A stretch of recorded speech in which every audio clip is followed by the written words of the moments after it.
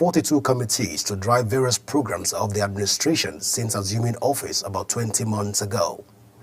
The committees traverse various sectors, including education, agriculture, health, security, digital economy, and the civil service.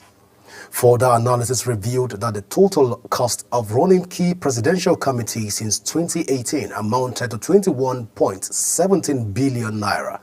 Over the past 7 years, the government earmarked an average of 3 billion naira on presidential committee annually. More so, the amount allocated for these committees in the 2025 budget proposal now stands at 3.73 billion naira. The National Economic Council (NEC) has inaugurated Nutrition 774 initiative to combat malnutrition across the country.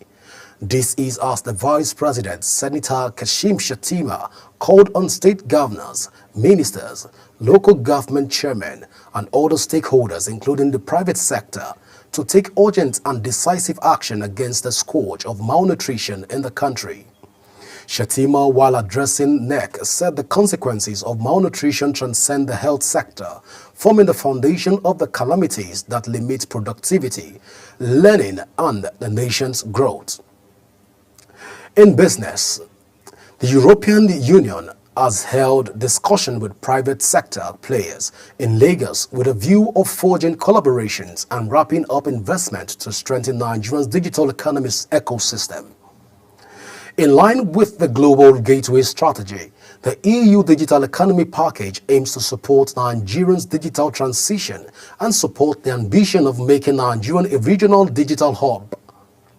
At the breakfast meeting with the private sector, Head of Cooperation at the EU delegation to Nigeria and ECOWAS, Mas Simeon De Luca, disclosed that the EU is trying to attract the support of the private sector, specifically to the digital infrastructure component, to boost public-private partnership framework in Nigeria. The chairman of Hess Holdings, Tony Elumelu, has stressed the need for increased oil production to fund Nigerians' economic diversification and development. Speaking in Abuja at the Nigerian Petroleum Industry Leadership Discourse, he emphasized the importance of oil revenues in driving industrialization, energy security, and infrastructural growth. Elumelu is also the chairman of the United Bank for African and Transcorp Group, said that despite global conversation around energy transition, Africa's priority should be energy security. He stated that massive investment in oil and gas is necessary to power industries, support businesses, and ensure access to electricity for households and enterprises. On the foreign scene, Mexico's president warned the United States that the country would never tolerate an invasion of its national sovereignty and vowed fresh legal action against U.S. gunmaker after Washington designated cartel as terrorist organization.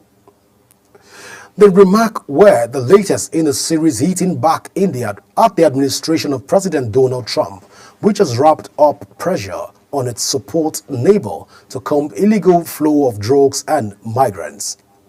Mexico is trying to avoid the sweeping 25% tariff threatened by Trump by increasing cooperation in the fight against narcotics trafficked by cartels in its sites.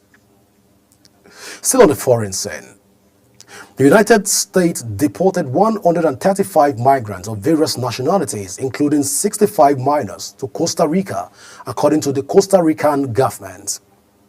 Their flight departed from San Diego, California, and arrived at a base next to Juan Santa Maria International Airport.